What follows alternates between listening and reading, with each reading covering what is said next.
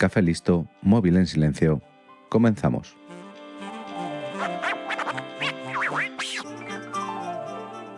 En la década de los 80, la Guerra Fría estaba en sus últimos compases, pero no por estar cerca del final dejaba de ser un momento de máxima tensión en la que cualquier movimiento en falso podía hacer estallar la guerra nuclear.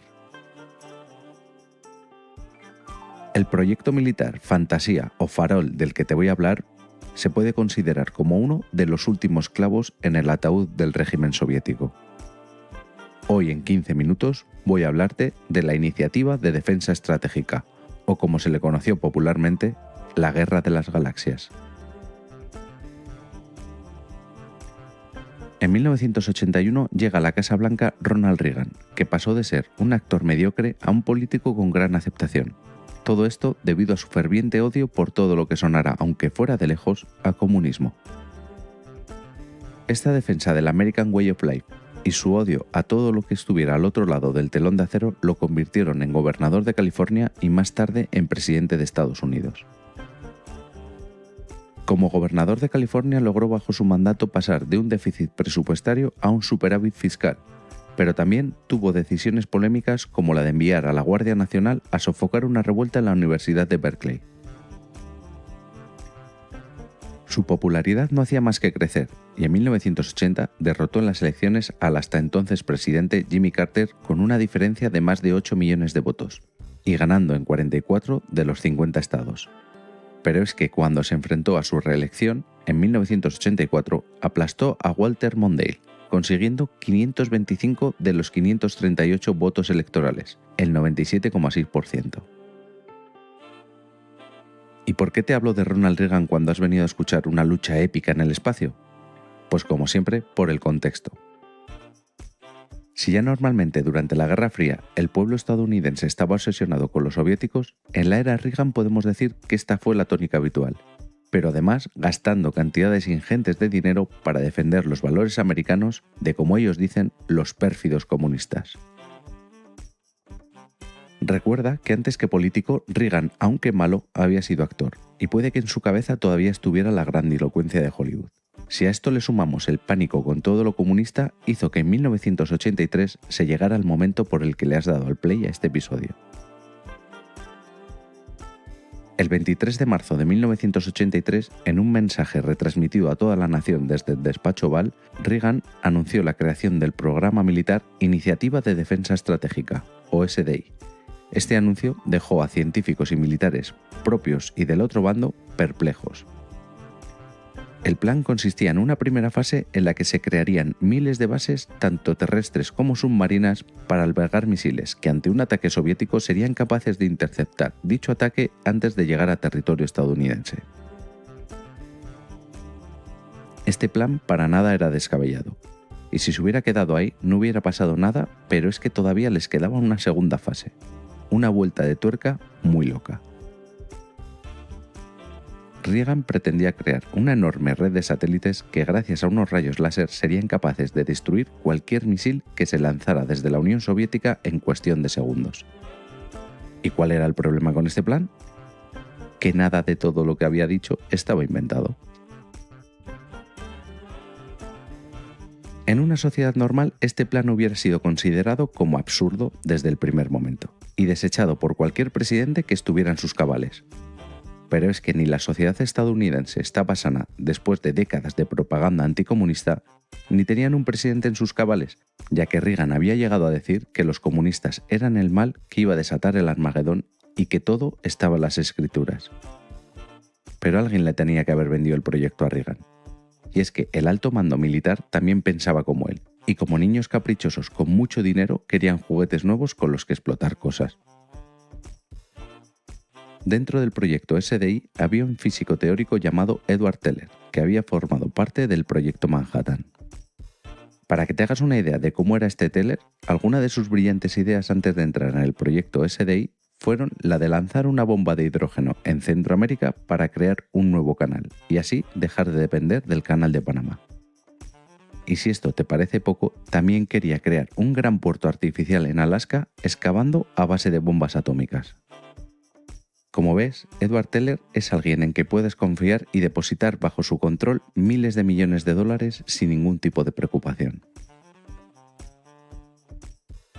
Los láser llevaban tiempo siendo usados con fines lúdicos, médicos e incluso laborales, como en los detectores de código de barras o en las operaciones oculares. Lo que planteaba Reagan estaba fuera de toda lógica.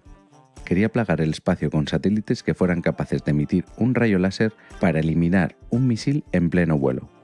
Además, si los satélites no eran capaces de eliminar algunos de estos misiles, en tierra estarían unas bases capaces de crear un rayo mucho más potente que dispararían a uno de estos satélites y este se encargaría, mediante un sistema de espejos orientables, de hacer rebotar este rayo más potente hacia su objetivo. Un plan digno de la mejor película de ciencia ficción. Pero como mucho de lo que hace Estados Unidos, da igual el resultado, lo que importa es el relato. Y Reagan era un experto en el relato anticomunista. Aprovechó que este plan, visto desde fuera, parecía algo sacado de las películas de George Lucas para usar alguna de las frases de estas películas y acercar así su política a la gente de la calle. En sus discursos usó frases como «esto es una nueva esperanza», llamó a los satélites estaciones de batalla e incluso llamaba a la URSS el imperio del mal. Y aunque sus rivales políticos usaron todo esto para hacer mofa del presidente, diciendo que la Unión Soviética estaba construyendo una estrella de la muerte y que el próximo presidente sería R2D2, la verdad es que todo este discurso cayó muy bien entre la población, haciendo que Reagan alcanzase una notable popularidad que hizo que fuera reelegido con una victoria aplastante, como te he dicho al principio del episodio. Pero todo esto había que pagarlo. Durante los 4 años que duró el proyecto en manos de Reagan, se gastó $1,5 billones de la época. $1,5 billones gastado en nada, porque nada de lo que prometieron se hizo realidad. ¿Pero fue dinero tirado a la basura? Sí y no. Es cierto que no se consiguió crear nada de lo prometido, pero sí que sin quererlo crearon un escudo antimisiles. En la década de los 60, Kennedy prometió poner al hombre en la Luna, algo que ni sus científicos ni los enemigos creían posible, y lo logró. ¿Por qué esta vez iba a ser diferente? Los dirigentes soviéticos temían que Reagan no fuera de farol. Veían a Estados Unidos capaces de tener esa tecnología, y aunque sus científicos dudaban de ella y creían que sería fácilmente vulnerable, no se atrevieron a intentarlo. La Guerra Fría llega a un impasse en el que uno de los dos bandos decía tener la mano ganadora. En 1985 llegó al poder de la URSS Gorbachov y estaba en la misma situación que su antecesor, veía factible el escudo de ciencia ficción. Además, Gorbachov no quería seguir con la escalada armamentística e intentó en los tratados de no proliferación de armas nucleares que Estados Unidos parase el proyecto de la Guerra de las Galaxias, algo a lo que Reagan evidentemente se negó.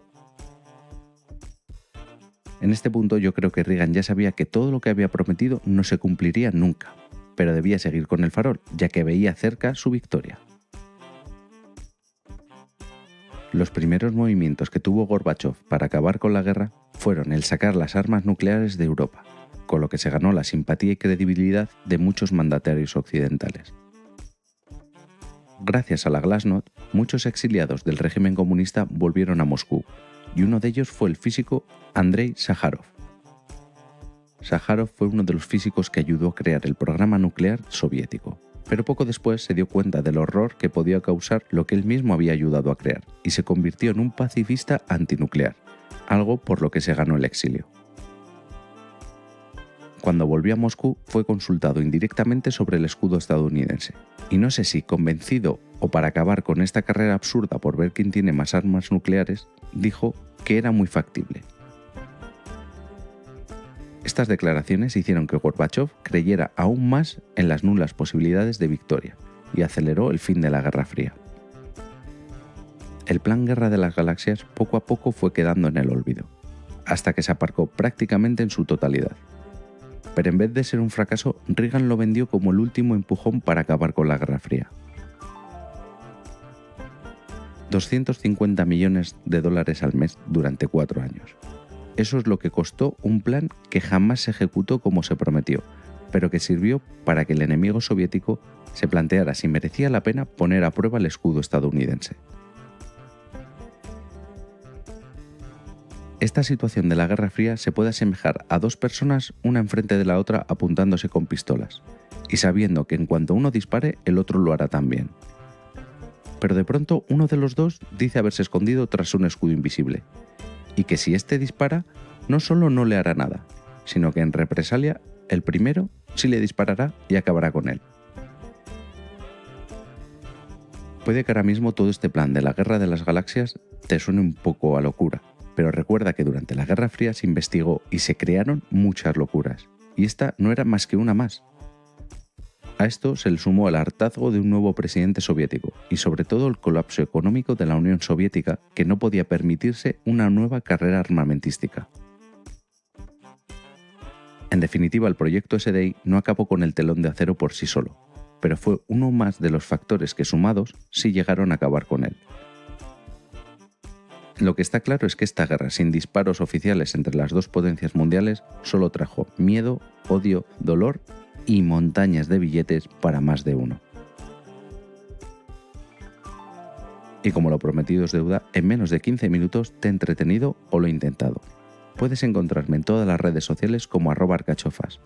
Y recuerda que en Fantasy Factory tenemos otros podcasts que también pueden entretenerte.